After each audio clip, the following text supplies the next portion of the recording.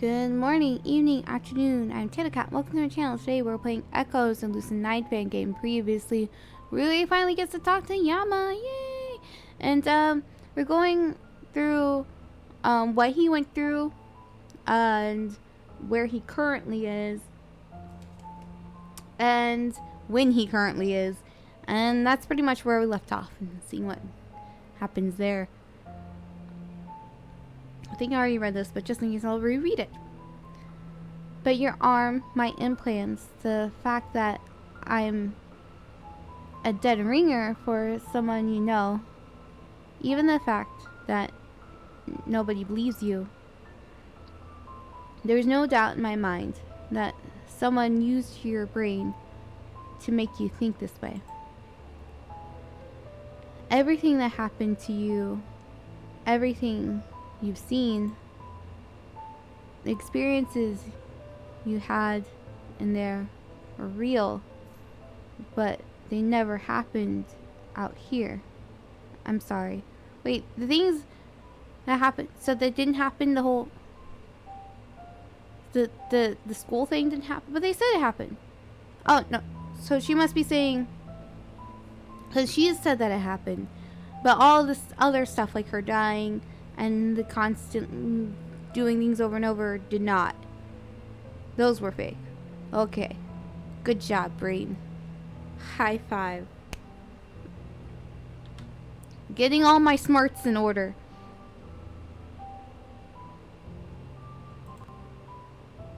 Yama chuckles.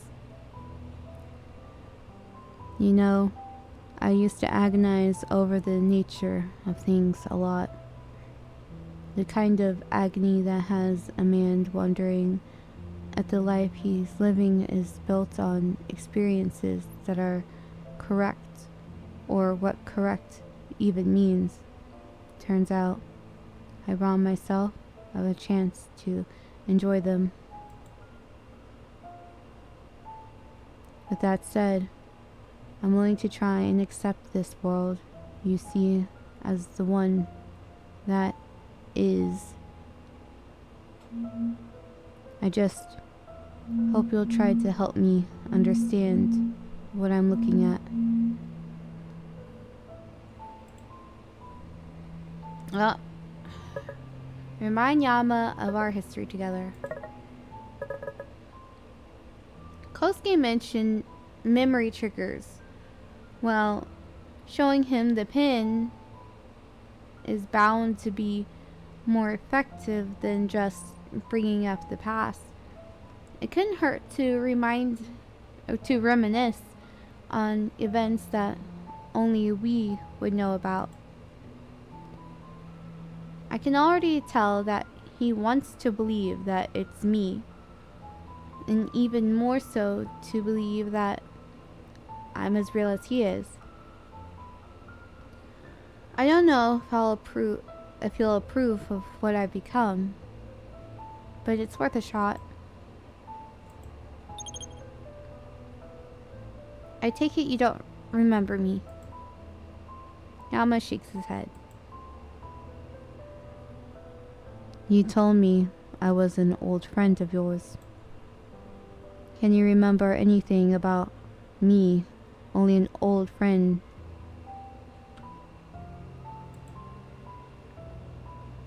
Do you remember when we met, Yama? It was back in 2028. Your older sister, Mizu, had just passed away.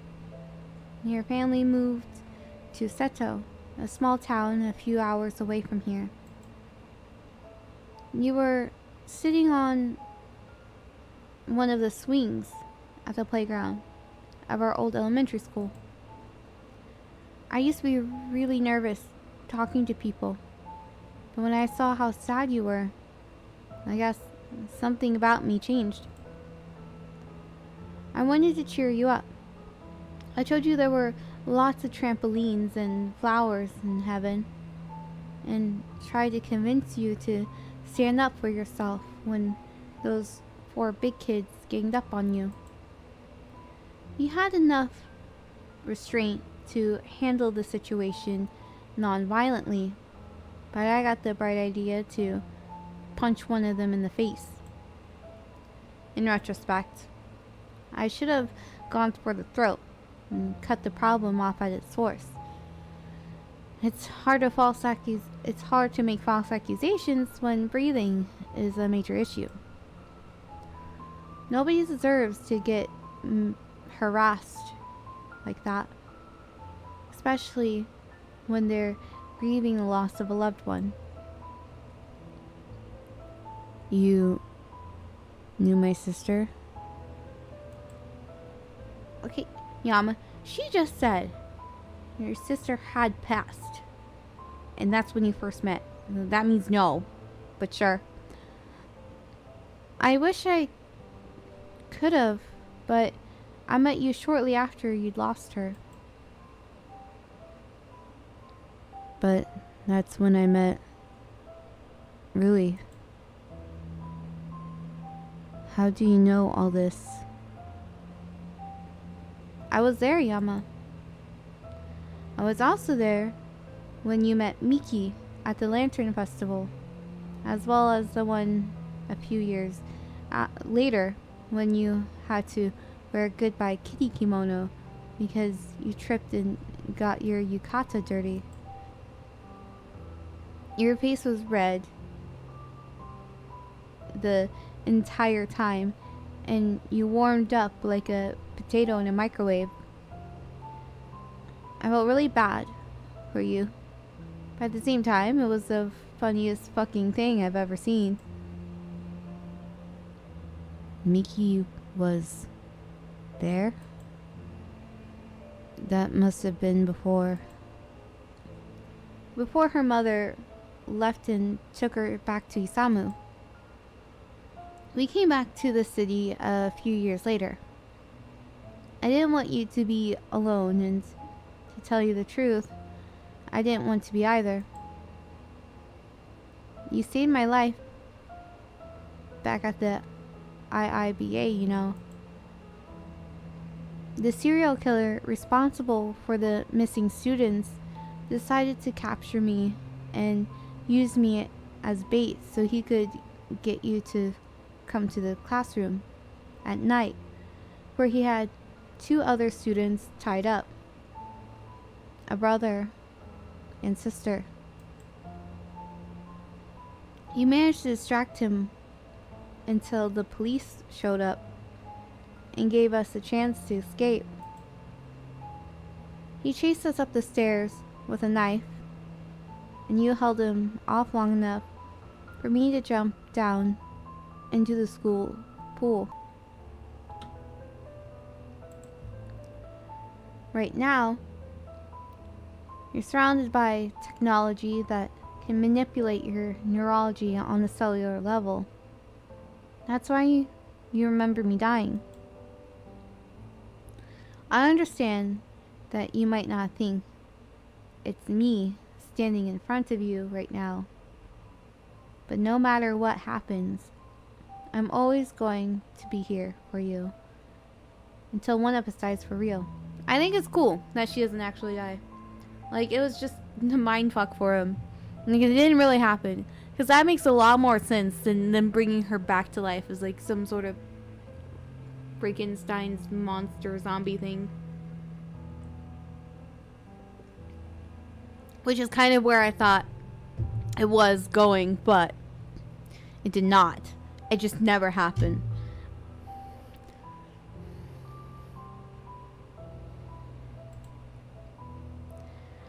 I care about you, Yama. I always have, and from now on, I'm going to use every resource I have at my disposal to be there for you when you need me. That has to count for something, right? Everything, actually. Yeah, that's right. I've officially brought back Yama's monotone voice that I used in the original playthrough of Lucid9. Show Yama DP, and that's the only option I have. Hopefully he doesn't freak out and stab me with it. Here, I've got something for you.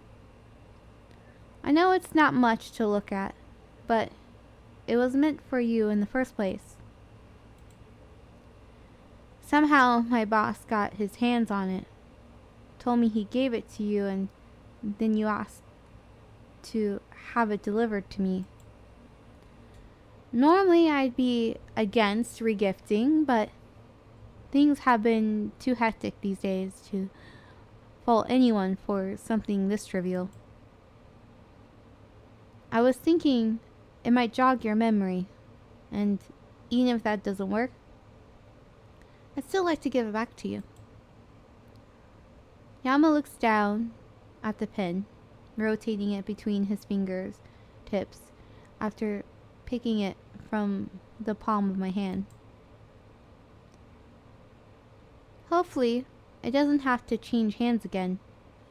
I gave it to you back then to help you keep track of things, which seems a bit ironic now that I think about it. Uh-oh. You okay? Oh no. Okay, cool. No stabbing. When we went to visit my sister's grave, she really gave this to me. You gave this to me, didn't you? Took you long enough, you big dummy. Oh my god. Rui, please tell me you're safe. Please tell me Way Forward didn't. After jumping down from the operating table, Yama approaches me at a high velocity. While I'm tempted to say jogged, it's much more of a fumbled sprint thanks to his new mechanical legs. And it would have gone well provided he saw the cable on the floor directly in front of him. Oh great, so he tripped over just like Rui. I managed to catch him as he tips over, unfortunately for me though. Whoa, ease up on the throttle there, Maverick. He manages to take me down with him. You might need to break in your new limbs before you go charging like that. You okay? Yeah, you're a lot softer than you look. Oh, Yama. Oh, you haven't changed. Really? I'm softer than I look? To be fair, I mean, I could be just misjudging him, but I don't think I am. Maybe he thought she was going to be not soft because of all her, like, prosthetics and robo parts. 3 years, and that's the first thing you comment on? I think it's because of where I landed. You really are hopeless. You know that, right? The next thing I know, you're going to start having accidents like these all the time.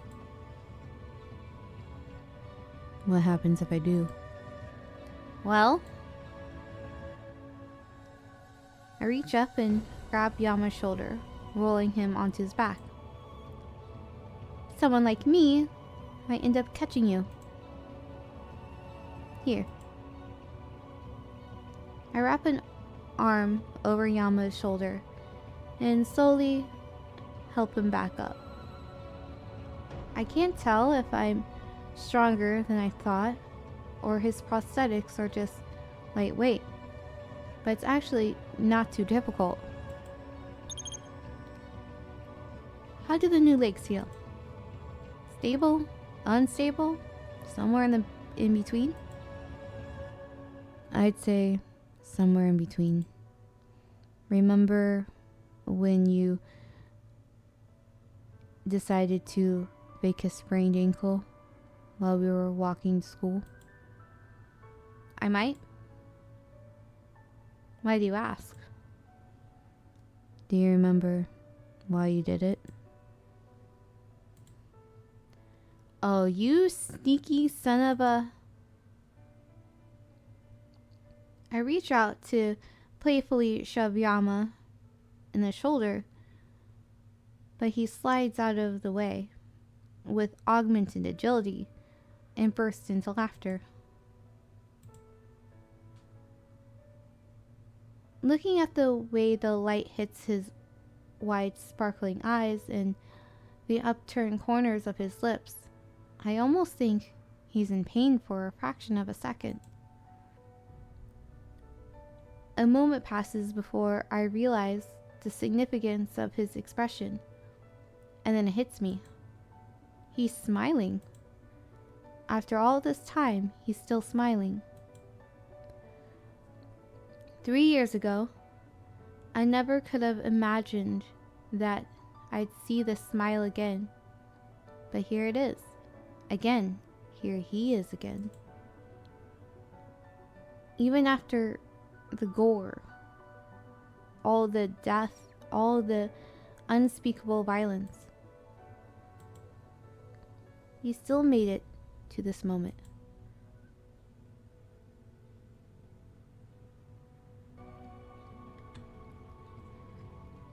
I take a step back, feeling a warm, tingling sensation in the corner of my eye. First, it feels like a piece of dust or a twitchy muscle. However, that sensation quickly works its way down my face.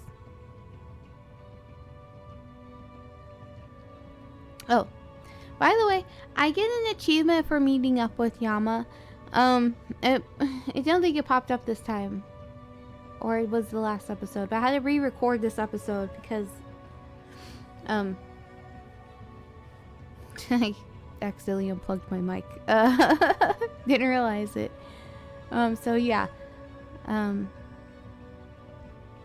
you got an achievement for that. So that's cool. I still don't know what those points do, but we'll see. Are you crying? Shut up. No, I'm not. You are crying, aren't you? I'm not crying, you big, brave idiot. I'm just happy to see you again, is all. I thought I couldn't do this anymore. I thought too much of me had died on the inside to ever feel like this again. I don't know how much longer this is going to last, but it finally feels like there's something besides fear keeping me alive. More than ever, I feel like a person again, not just a cog in a machine that probably doesn't even need to be there.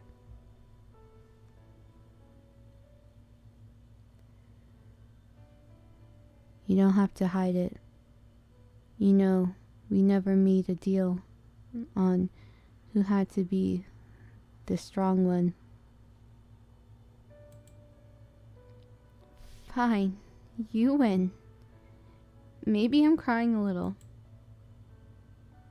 Wait, what do you mean by strong one? Isn't it obvious? You're better at heavy lifting than I remember, and I doubt I'll have much trouble with it now that they've turned me into this. What else is there?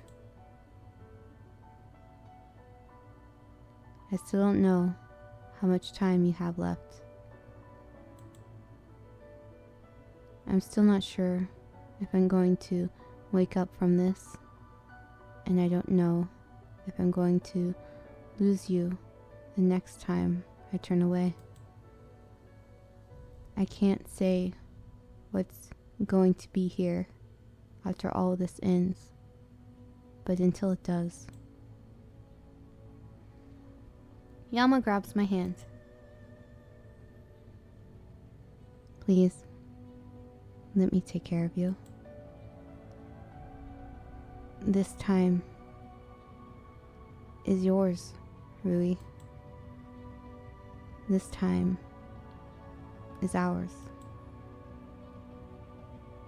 Remember that, and do what needs to be done. I know you'll make the right choice. I'm kind of making choices. The chances are I'm going to make all the wrong choices. Not on purpose, but I just have an affinity for doing so. I promise you, I won't let this time go to waste. By the time Yama makes his final plea, my entire face is drenched with tears, dripping down so quickly from the corners of my eyes that I can barely see, much less take a complete breath. I should be overjoyed after hearing Yama say something so uncharacteristic, but after 3 years of emotional isolation, there's not much I can feel except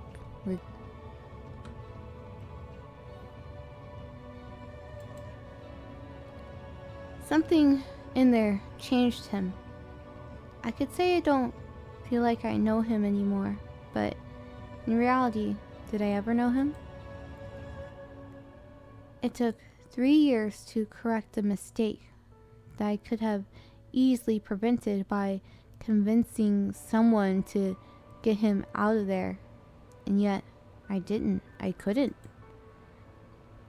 I feel everything and nothing at the same time, but that's not good enough. Everything just seems wrong, even though I know I couldn't have done anything. I was so afraid to take action that I put both of us through even more suffering, but not anymore. This time, I've paid the price. This time, I'm taking the chance. I throw my arms around Yama, pulling him into a tight embrace. This time, I'm not afraid anymore. You know, if you keep saying things like that, I'm either going to kiss you or punch you in your stupid handsome head. In your stupid handsome head. Well then, I guess I'll just have to stop. Yama starts laughing again. I give him a gentle shove and take a step back. As always, I'm too concerned for his safety to make good on any of my threats. I should go. Kosuke's probably wondering why I haven't reported back. I know it's a hard ask, but do your best to stay safe, okay? Will do. Talk to you soon, you big dummy. You have no idea how happy I am to finally have you back.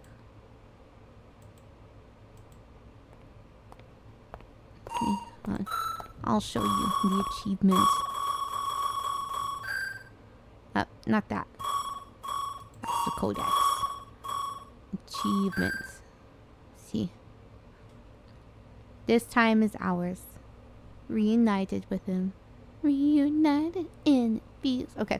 But yeah, so I get AP for that. I get 25 AP. That's cool. I'm getting all of the AP. I am the bestest.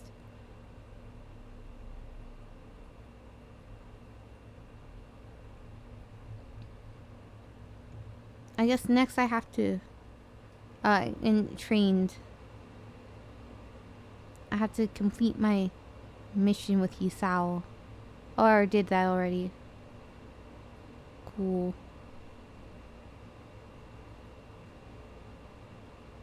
Oh, yeah.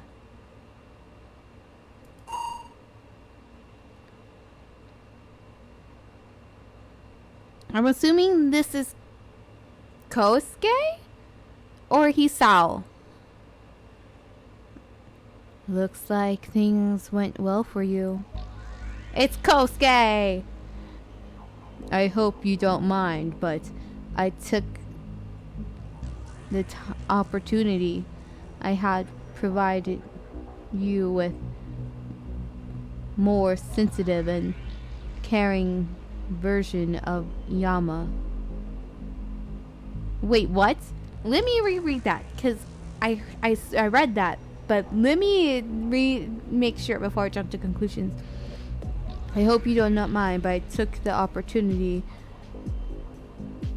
I had to provide you with a more sensitive and caring version of Yama.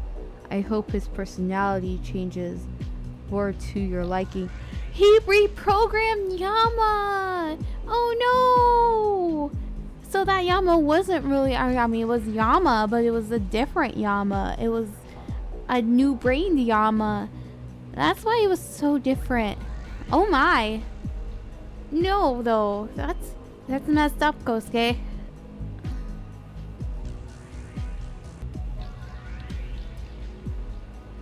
Rui's gonna be pissed.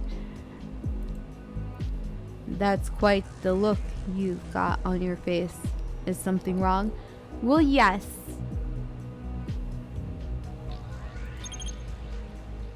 From what he told me, that's not all you did. Okay, so she knows. So yeah, she definitely, so she is quite aware that his brain was messed with. She did acknowledge that something was off. But I'm like, really? Why'd you do that to him? That's so mean. I mean, he had a lot of trauma going on, but still.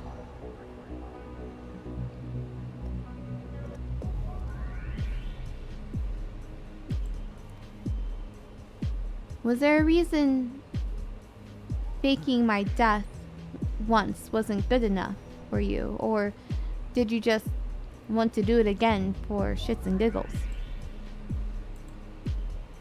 I see the boy gave you more information than was required. I'm not surprised that you'd react.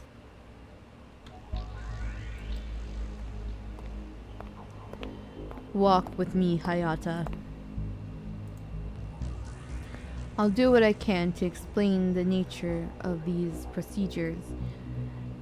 As insidious as they might seem, they provide valuable data vital to everything this corporation seeks to accomplish.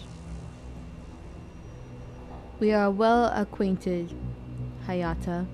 Surely you know me well enough to understand that my long-term scientific endeavors are not a product of empty-headed whimsy. You don't say. I recognize that it's painfully obvious. Just know that I wouldn't do this out of sheer curiosity. I'm certain I've told you before about the endless light, the one virtually every religious text pays homage to, though every iteration of the concept has something in common.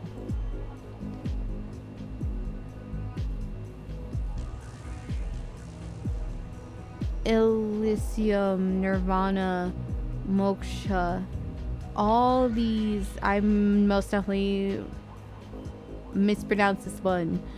All these terms describe a paradise where one can exist without the hindrance of meaningless suffering. Unfortunately, the flawless ideal of paradise is unachievable in life.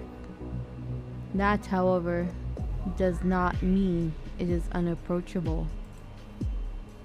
Evolution has taught us that the path to prosperity is lifting one another from the clutches of sickness and pain.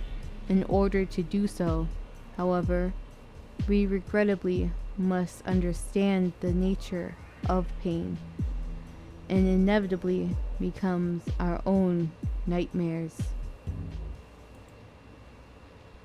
This way forward, in addition to being our namesake, is what our corporation has always intended to achieve. Alright, we'll hear the rest of Kosuke's speech in the next episode.